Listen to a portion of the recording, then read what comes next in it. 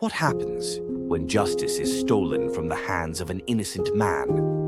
What happens when love, the only light in his life, is ripped away in blood and screams? This is not just a story of a murderer. It is the cry of a broken soul who became a monster the world forced him to be. Remember his name, the Forgotten Man, for his darkness was born from love, and his revenge was carved in blood. The city never noticed him. To most people, Armin was just another quiet, hard-working man, a mechanic by trade, a dreamer at heart. His hands were always covered in oil and grease, but his eyes carried something softer, something pure. He wasn't rich, he wasn't powerful, yet he had something rare, a heart untouched by cruelty. And then there was Meher. She was the only one who truly saw him, the only one who could draw a smile from his tired face after long hours in the workshop. They met in the simplest of ways. She brought her brother's broken motorcycle to him once, and from that day her laughter lingered in his life like music. Days turned into weeks, and weeks into months. Armin found himself waiting at the small tea stall near the workshop every evening, just to catch a glimpse of her walking home. She would tease him for his silence, for the way he stumbled over words whenever she looked at him with those deep brown eyes. One evening, beneath the old banyan tree where the city lights faded into shadows, he gathered the courage to speak. "Meher, my life has nothing, no wealth, no name, no power. But if you walk beside me, I promise you'll never face the world alone." Her smile was all the answer he needed. She slipped her hand into his, soft and certain. For Armin, it felt as though the universe itself had finally written his name in light. Soon after, with trembling hands and a heart pounding like a drum, Armin offered her a simple silver ring. Not in some grand ceremony, but under the quiet of the night sky. Her yes was whispered, but it echoed in his soul like thunder. That night, he looked at the ring on her finger and thought, "This is it. This is my beginning." For the first time in his life, Armin believed in tomorrow. The night of their engagement was supposed to be the happiest of their lives. The silver ring still shone on Meher's finger, catching the light of the candles they had lit together. Armin held her hand, his eyes filled with a quiet hope he had never dared to dream before. But hope can be cruel. As they walked home, laughter echoing in the empty streets, the sound of screeching tires cut through the night.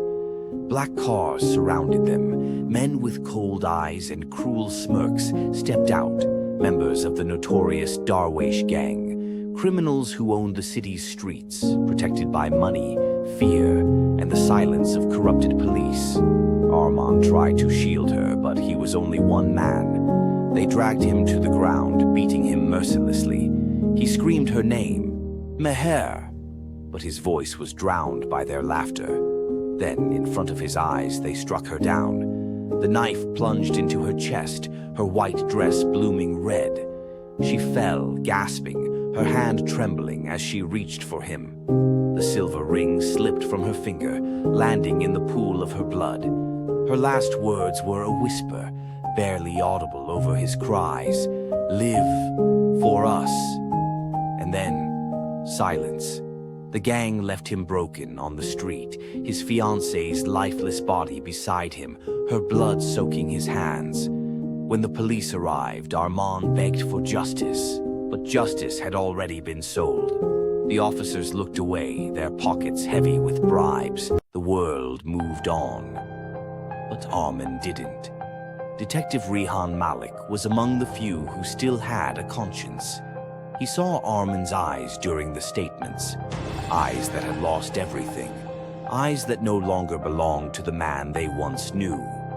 Armin went to the courts, begged in front of officials, but every door slammed shut. The case was closed due to lack of evidence. Meher's blood had stained the streets, but in the records it was erased. The city forgot her, but Armin remembered. Something inside him began to die. The soft-spoken mechanic was gone, replaced by a silence heavier than death itself. Nights turned into whispers of steel, wires coiled in his hands, his eyes empty yet burning. And then the bodies began to appear. One by one, the gang members were found strangled with steel wire. The manhunt was merciless. The city wanted blood. They captured Armand after weeks of terror, his hands still scarred from the steel wire, his eyes calm, as though he had finally found peace in his storm of revenge. In court, they sentenced him to death. The people cheered, blind to the truth. But Detective Rehan couldn't. He visited Armand in his final hours, speaking softly through the prison bars. "You were never forgotten, Armand. I know why you did this. I know what they stole from you. Let me fight for you. Let me save you." Armand's lips curled of smiles. "No, Rehan. I already delivered my justice.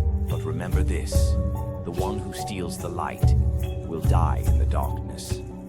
That night, before the executioner could claim him, Armand used the same steel wire, the one that had brought fear to the guilty, and wrapped it around his own neck. His final act was his own judgment, his own fear. When the guards entered, they found his lifeless body hanging, his shadow long against the wall. And written in his blood, the final words remained, "The forgotten man."